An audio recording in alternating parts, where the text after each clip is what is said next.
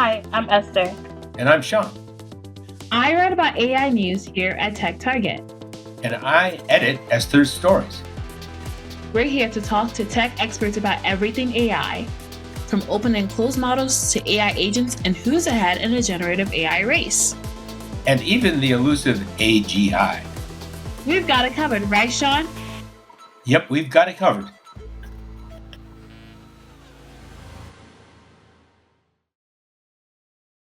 Hello, everyone. My name is Esther Shittu, and my editor, Shaun Sutner, and I are pleased to welcome you back to AI's Business Targeting AI podcast from Informa Tech Target.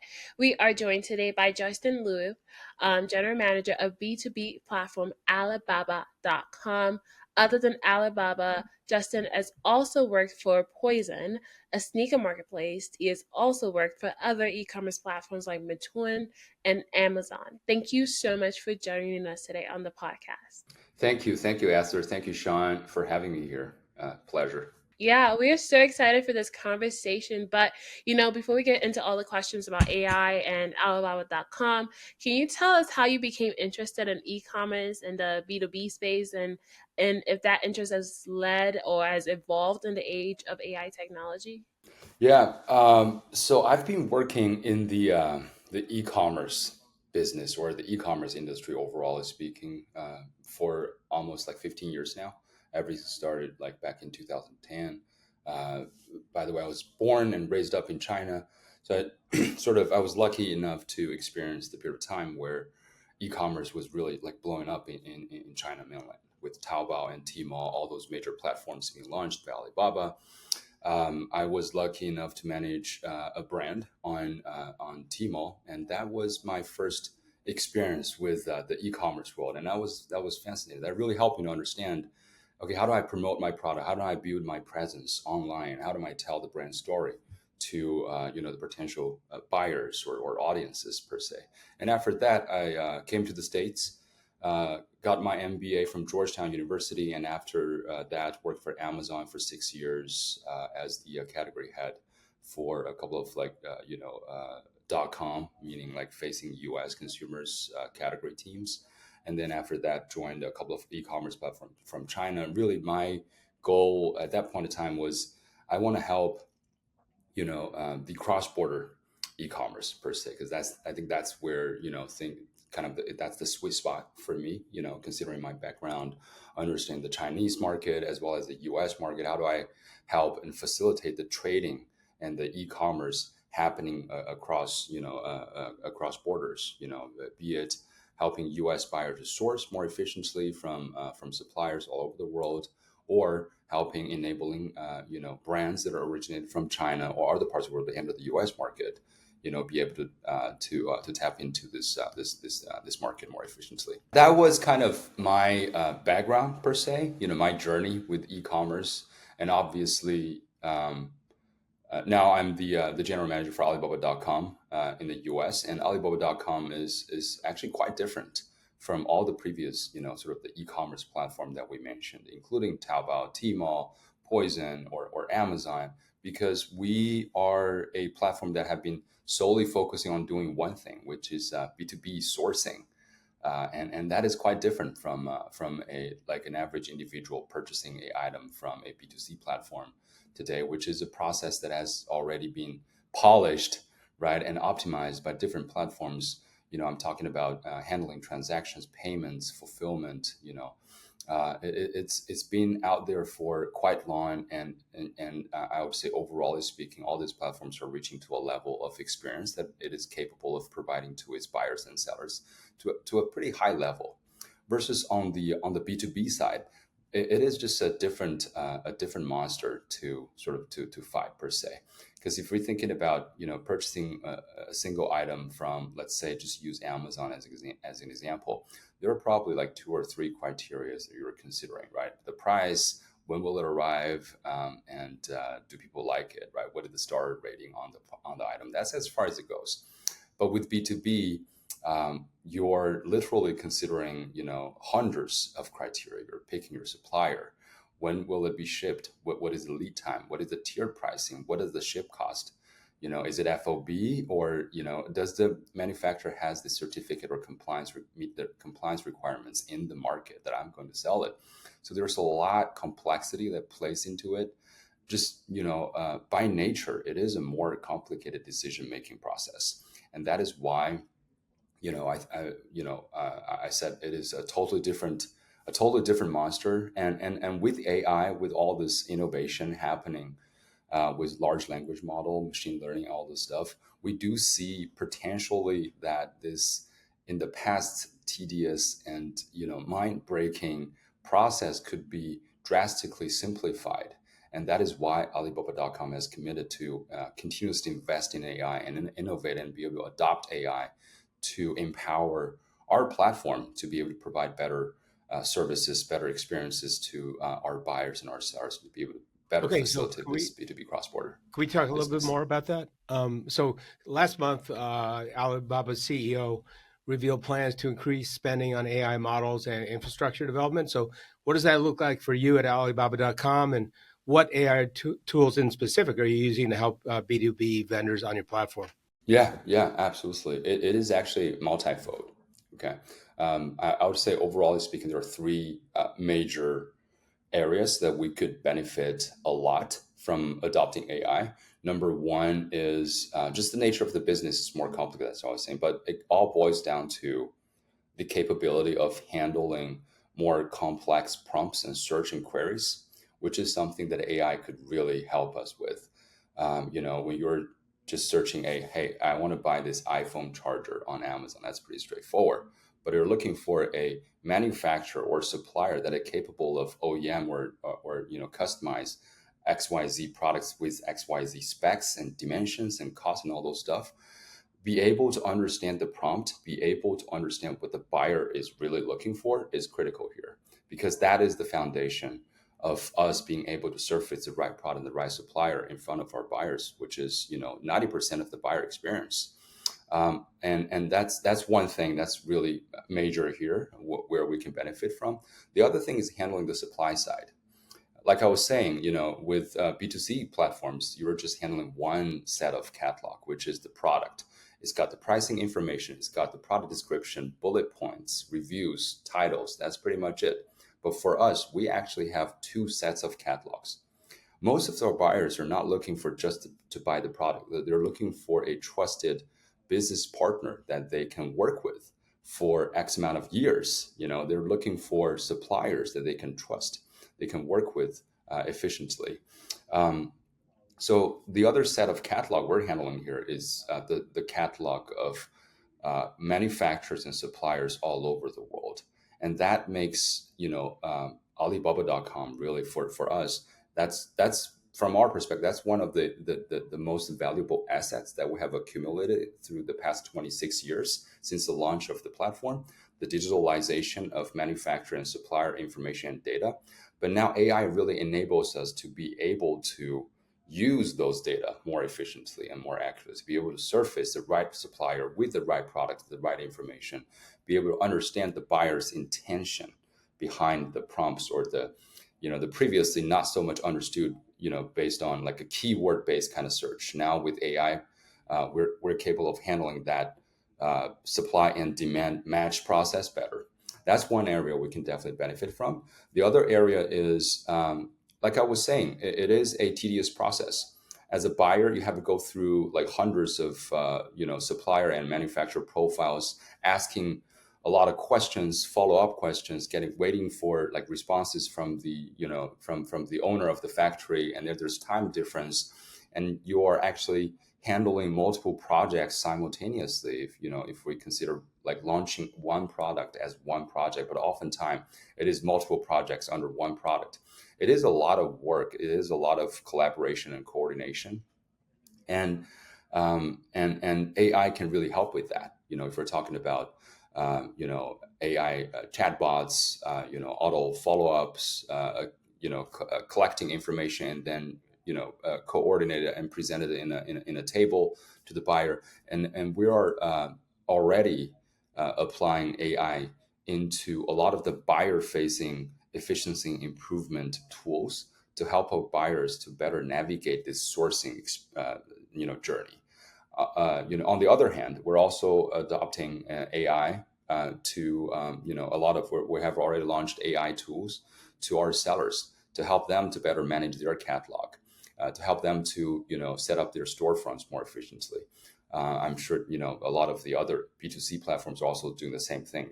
These are I think from a buyer experience improvement perspective as well as a seller business optimization perspective, like AI is very helpful from our perspective. So that's sort of like how AI is empowering Alibaba.com. And also we have the Axio agent, which is a separate platform that was launched in 2025 as a holistic solution. I want to say a one-stop shop solution for business buyers or sourcers. Anybody who's interested in launching their product or sourcing something from all over the world, it is a platform that can provide the one-stop shop experience for them. So that, for obvious reasons, that is a huge benefit we're getting from AI. Because not only do buyers capable of do like regular search and browse through products, they can also do product research, market research before they even invest in a product. They can leverage Axio to do product ideation, to understand if this product is selling on Amazon or other downstream B2C platforms. What are the product features that I should be integrating into my product so that it will be able to differentiate and better meet the buyer's needs that are not being met by other people's products. We can also do product design. We can do product like image-based searches, and we can offer product design recommendations, even come up with like design drafts for the buyer. And all of this saves people a lot of time. And what happens after that is, like, once you have that design, you have validated your business idea, you're like, okay, I'm going to go for it. Then Axio has indexed suppliers and products from all over the internet and allows the buyer to go directly and send out inquiries and asking questions to specific suppliers that meets their demand or their requirement or whatsoever. And so it is indeed a holistic, like one-stop shop solution that we're offering to any entrepreneurs or any people that are interested or thinking about, hesitating about, starting a business or their own brand and creating their own product online. That is what Axio is capable of offering to our users with the support of AI. Obviously, that's another area. And last but not the least, I think AI is also empowering our organization, to improve our internal sort of work efficiency, because we are a team with over thousands of sales and business development employees in China and all over the world. We have business development team on the ground in Europe, in Southeast Asia, Latin America, North America, covering pretty much all the major manufacturing powerhouses worldwide. And how do we coach and educate these business development managers and sales managers to be able to better work efficiently? That's also something that we believe with the support of AI we can drastically improve the efficiency, and that's also a very high ROI thing for our organization to adopt. So I think it's threefold. Like, AI helps us to improve buyer seller experience, help us to handle be able to deliver better search results. AI helps us to provide a holistic journey for for professional buyers through Axio. AI is also supporting us to improve our corporate operation efficiencies overall. Yeah. Yeah, that seems like a lot of use cases where you are using AI. I wonder specifically with ASIO agent, in what way, as what has been the reception, obviously, to using, and what are actual small business owners, entrepreneurs using when it comes to the agent? Can you expand on that? Because I know that a lot of times we have these tools, but sometimes people are not using it. They're not adopting it. Have you seen a widespread of adoption, or is adoption still slow? It's actually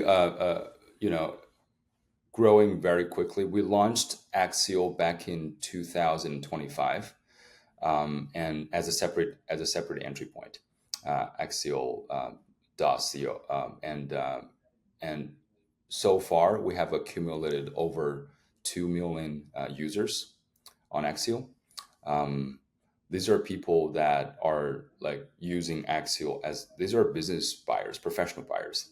Okay, these are not just average consumer. These are people that have a business idea, and is using Axial as a way to do product ideation, validating their business ideas, and go through suppliers validation process with the platform, with the tool. And um, I think there are a couple of reasons why we're seeing rapid growth on users on Axial. One reason, obviously, is we are already adopting some of the Axial features into integrating some of the Axial features into Alibaba.com, and Alibaba.com as sort of in general the go-to marketplace or the go-to destination where are thinking about sourcing something. That obviously helps, and be able to promote Axial to existing Alibaba.com users. I think that's definitely a benefit.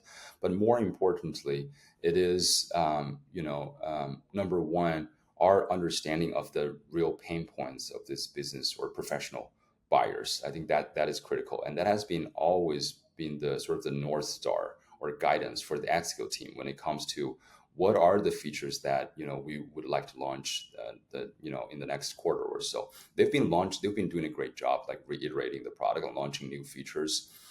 Pretty much like every 2 or 3 months, you have some really cool feature being launched on Axial, and a lot of those are rooted from the accumulation or the understanding of this business that's accumulated, on the Alibaba.com side, because we have been serving this group of buyers and sellers for all these years, and we understand what are the major pain points that are not able to sort of being properly addressed today with the existing platform. So Axial have been really leveraging that, be able to launch really cool product features that that addresses the pain points of these buyers, and I think that is a major reason why we're seeing rapid growth and adoption with professional buyers. And also, last but not the least, like I was saying, the Axial team has been doing a great job launching new features, and they're staying very focused and on the B2B sourcing industry, or this track or path per se.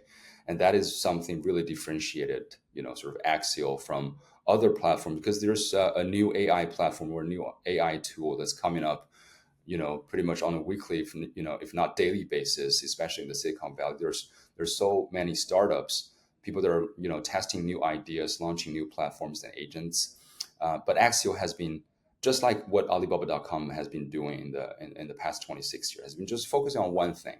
It might seem like a small market if we compare it with other more sexy and more exciting concepts or ideas that's coming up on a daily basis, but we know that there are a very loyal and a very large community of buyers and suppliers that are living on this business. And we focus on just one thing: how do we really leverage AI and the new product features to be able to provide better and deeper value proposition to these people?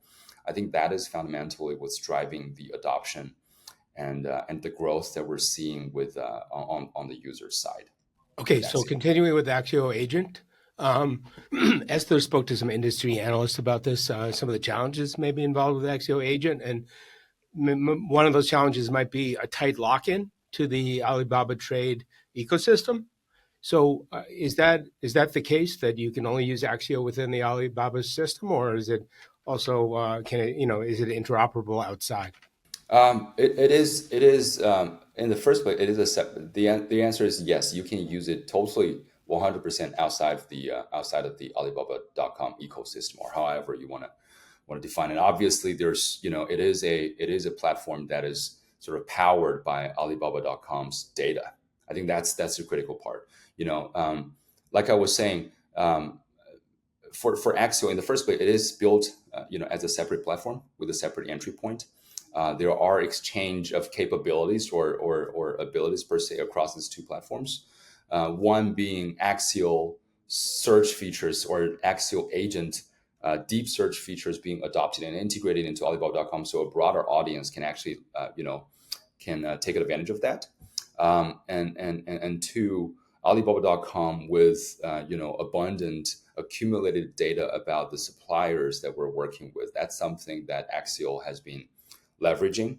I think it with the purpose really to provide a better experience to our buyers that are sourcing or using Axial per se, because like I was saying, the data quality is critical here.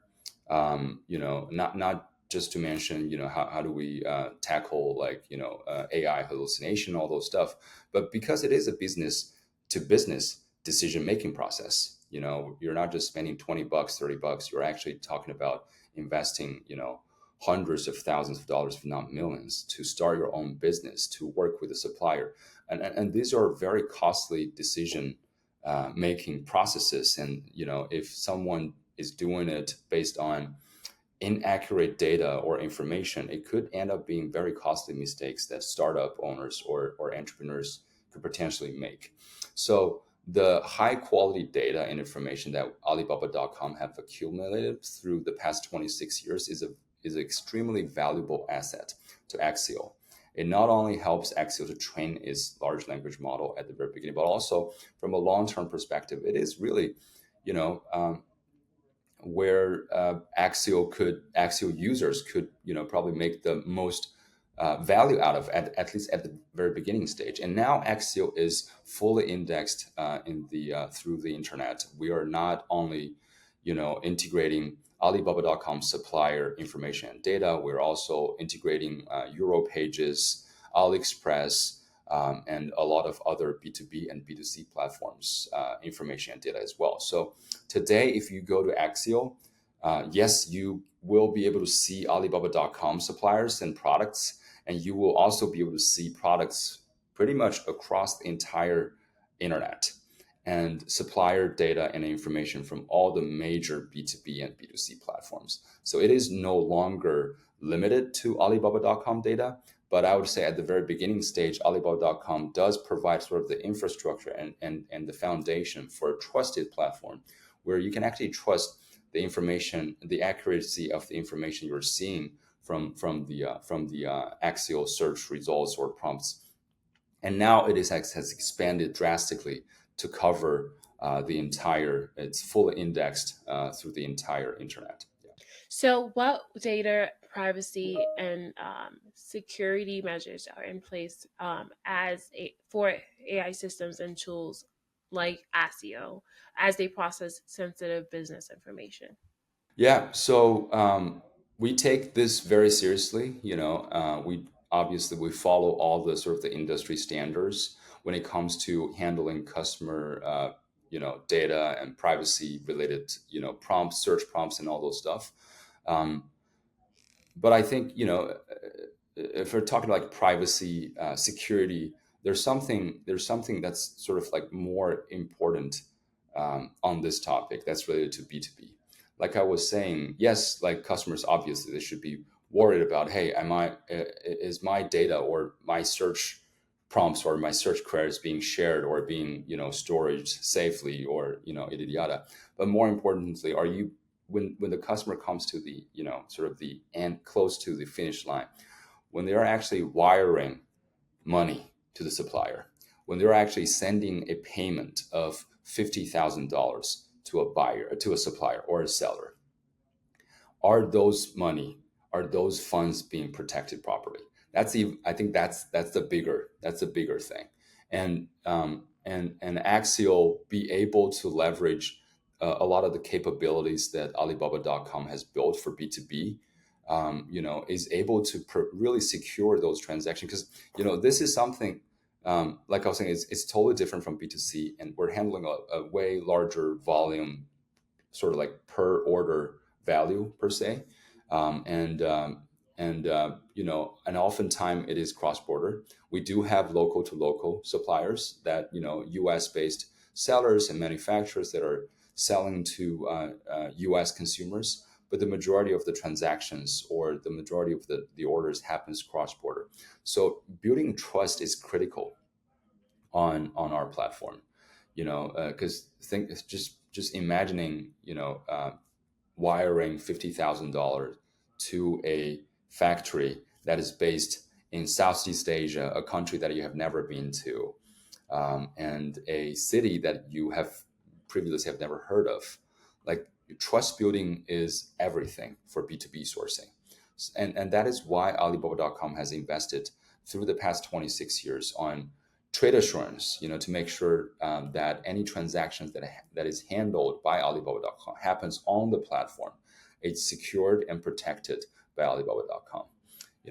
And we also provide Alibaba.com,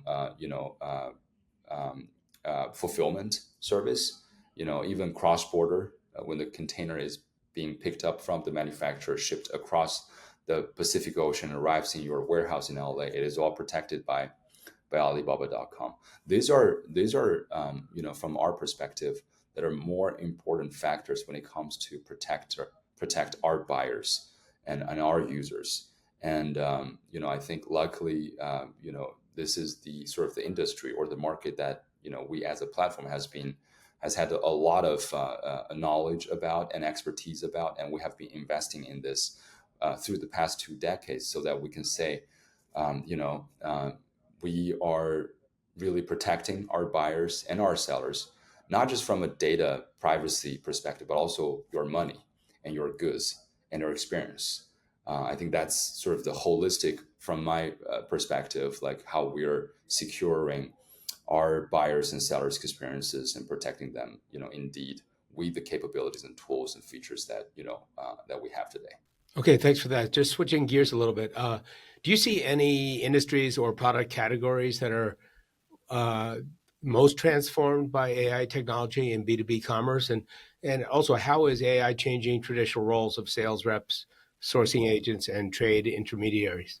I do think, I'm sorry, Shaun, just to clarify, are you talking about like in categories of products, or are you talking about Yeah. like Yeah, like, industries? Oh, it could be electronics, could be home goods, got it. could be, stuff like that.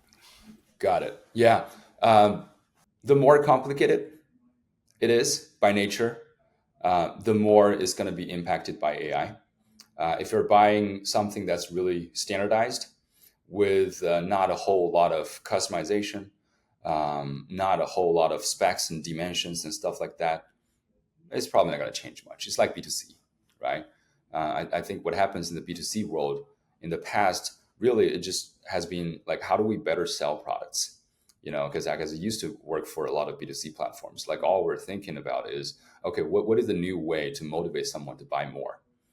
How do we leverage content, short video clips, live streaming? How do we have better detail page, content to attract buyers so that they will add to cart and check out? That's the B2C mentality, and obviously it makes sense, and it helps the sort of online B2C e-commerce world to grow. But with B2B, these are like I was saying, professional buyers with very clear understanding of what they're looking for most of the time, and with a lot of complexity when it comes to the product features and specs and dimensions, certificates, compliances, and stuff like that. And oftentimes they have a very specific volume they want to buy and when they should receive it. So for us, it's less about, okay, how do we get them to buy more? It's something even I think like happens simultaneously or in parallel, which is, how do we help them to locate the right product, the exact product that they're looking for? So back to your question, which process is going to be most impacted by AI, right? Or which category will be most impacted by AI? I would say the more complicated, the more complex that sourcing request is, the more it will be impacted by AI. If you're doing drop shipping without printing your logo on something, just selling, open up a storefront on B2C platform and have someone drop ship it, AI probably is not going to help a whole lot. But if you're doing customization, creating your own brand, your own packaging, and selling it in a specific market that the compliance requirement is very high, then AI can really help, when you're handling that kind of, sourcing requests. So it will be mostly impacted or optimized really by AI per se. So what we're seeing is a lot of sort of the machinery, heavy, bulky auto parts, the tools, and home improvement categories. Those are categories in general. At least we are seeing sort of a rapid growth with the adoption of the AI supported deep search function on our platform. Versus if we're talking about like just electronics, pretty standard products, then people, I would say, overall speaking, still a pretty big portion of the customers are still using the keyword based search. But we think this is going to change. Not just because of hey, Alibaba.com now have a deep search functionality on the platform. It comes down to the habits, how people search in general, right? If we're considering like how ChatGPT and Google, right, all both sort of as sort of entry point for searches, and how that is the sort of the conversational based prompts is changing how people search day in day out. I think though there will be definitely a spillover effect when people are more used to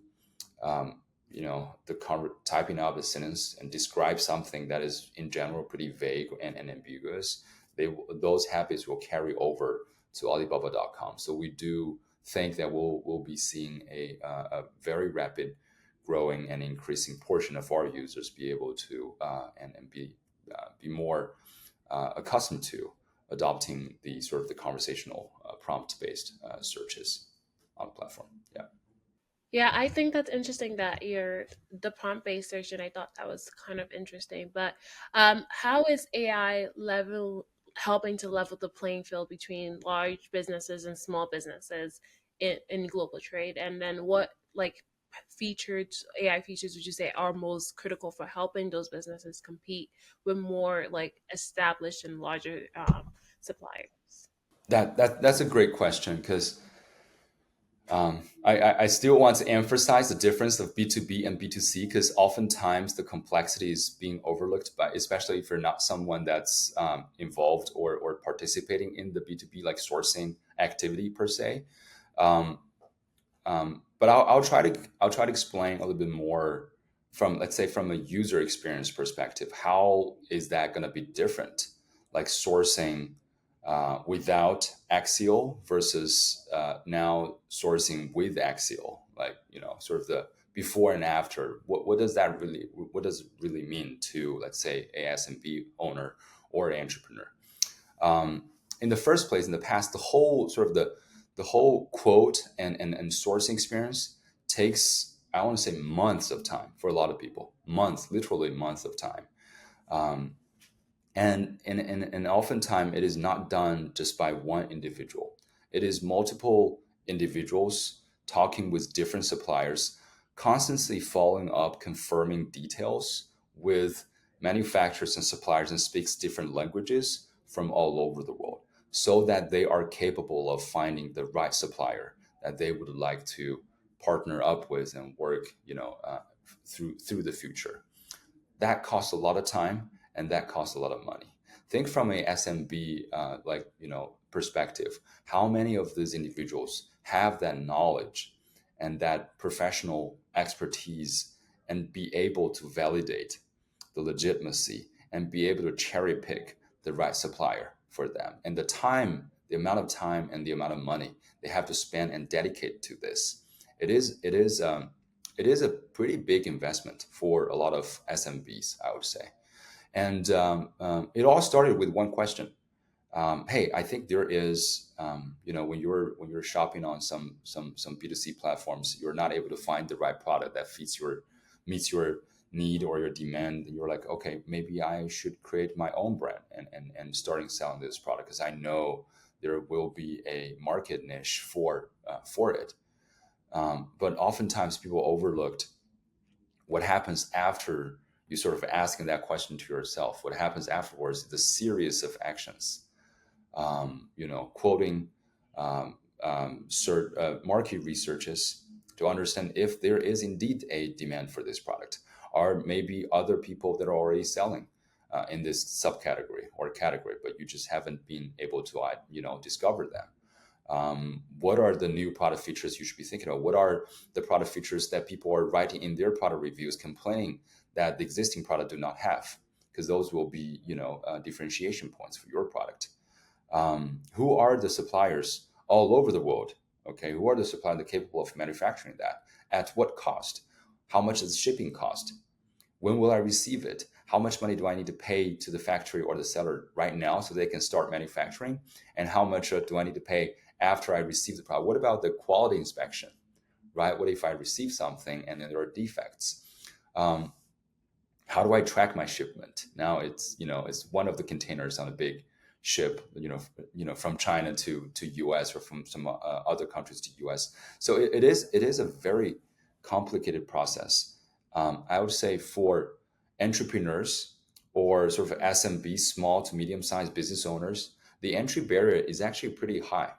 So what we have seen on like B2C platforms is it used to be sort of a open platform, open marketplace where at least the platform claims, hey, just average individual who is passionate about their products or their brands can come here and then open up a storefront, and we open our arms and embrace everybody to run a business on our platform. It's been advertised as that. But what we're seeing on those B2C platforms now is the sales and the success now really concentrates on a small group of professional third-party sellers. It is not a game for anybody anymore. Why? Because the competition, because of other professional sellers that are leveraging data, are leveraging third-party services and agencies, and be able to run their business and market their business, market their brands more efficiently, more successfully than a average SMB per se. It has changed, right? And now with Axial, with Alibaba.com, with all these things that we've been talking about, how Axial will help SMB owners or an average individual to be able to save time, save efforts, to bridge that gap of knowledge and expertise with AI supported tools and powers. I think what is happening is we are drastically lowering the threshold for people to start their own brand and to create their own product and to be able to source more confidently and more safely and make fewer mistakes and be able to initiate or start a successful online e-commerce business. I think that is like from a 3,000 feet sort of a view of what the kind of the amplification or impact it will have on SMBs.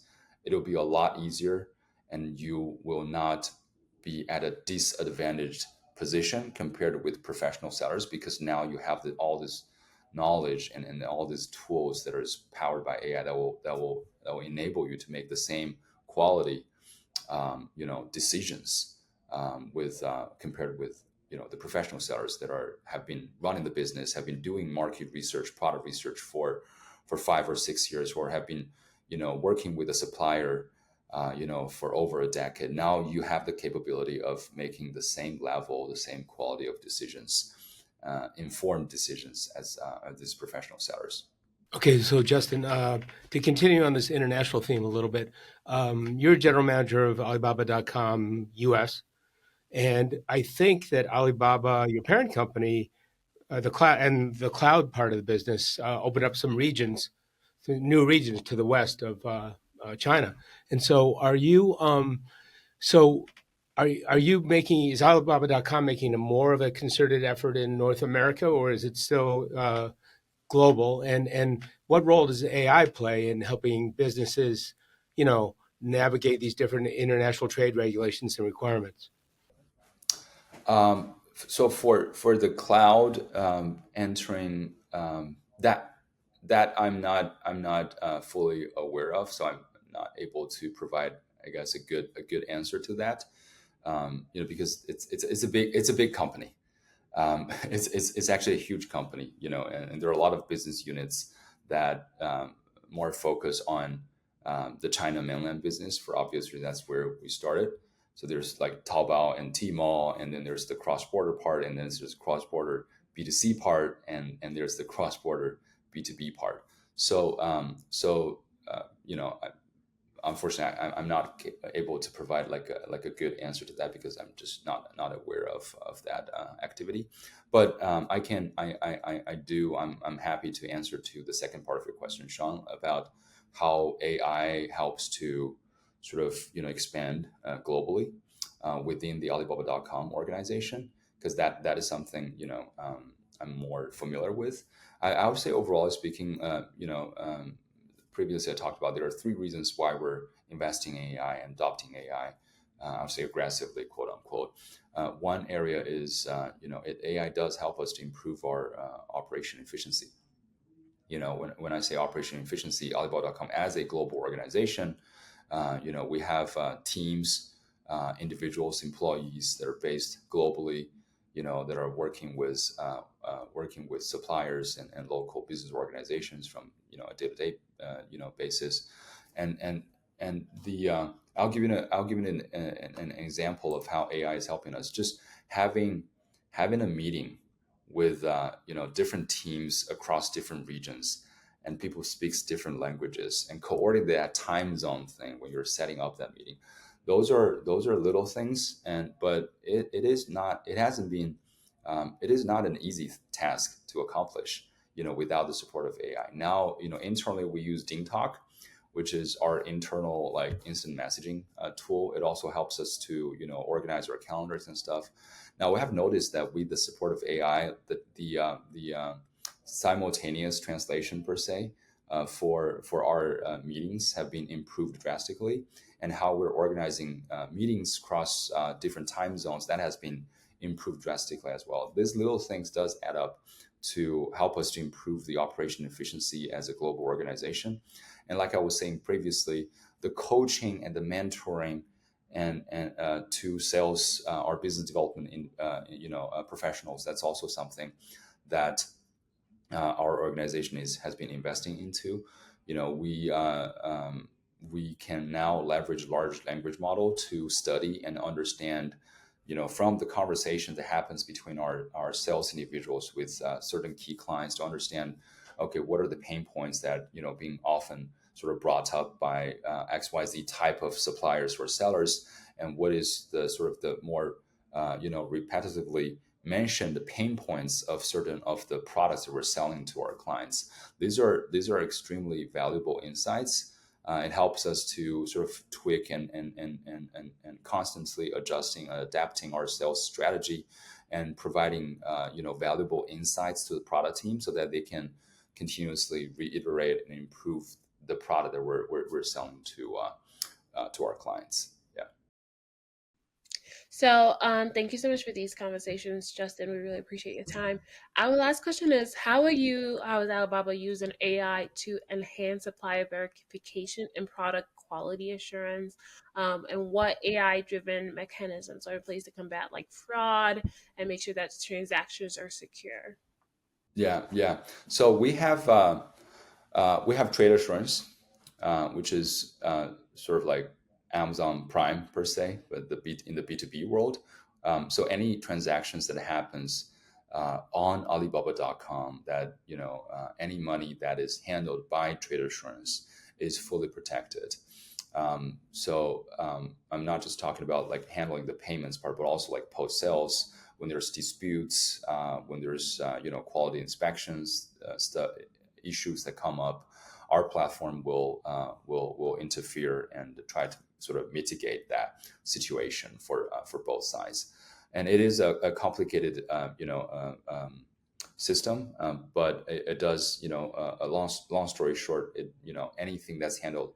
If you're coming to Alibaba.com to buy something or to source something, do try to use trade assurance as much as possible. That's sort of the ultimate way to protect your money, to protect your funding and stuff like that.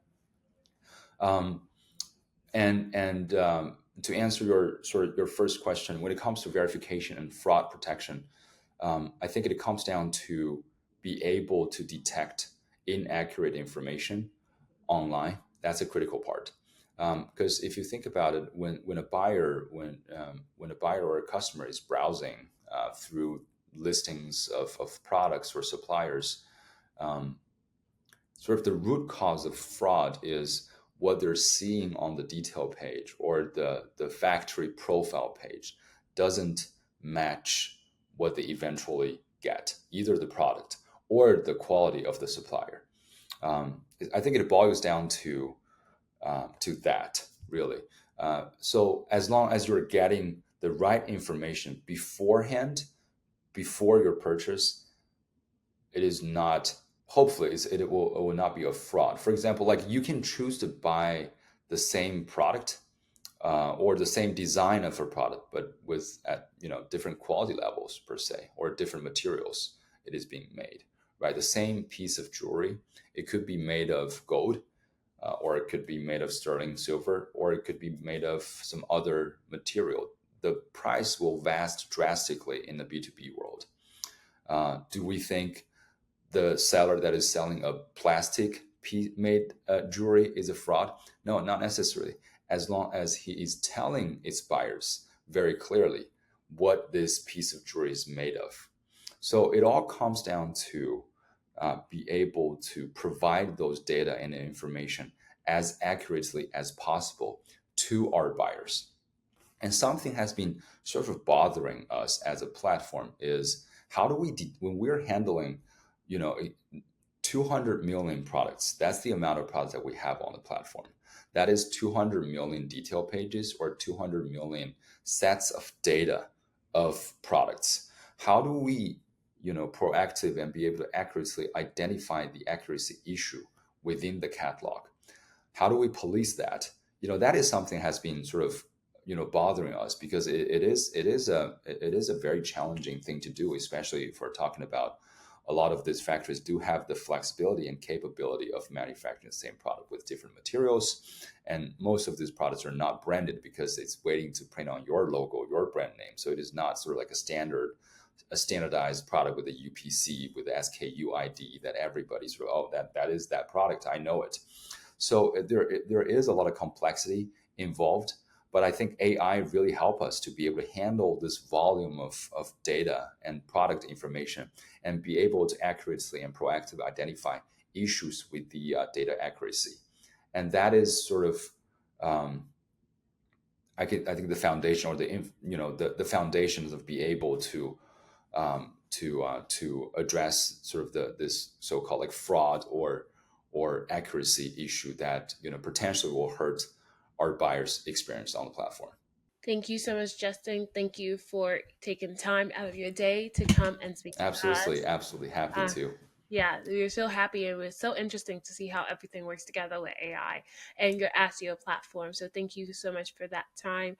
To our listeners and our viewers, please feel free to link with Justin on LinkedIn. He is on LinkedIn. And also, please feel free to share this podcast with everyone you know that is in the business world, B2B, B2C. Thank you so much for all your time, and we will see you next time on AI Business Targeting AI Podcast.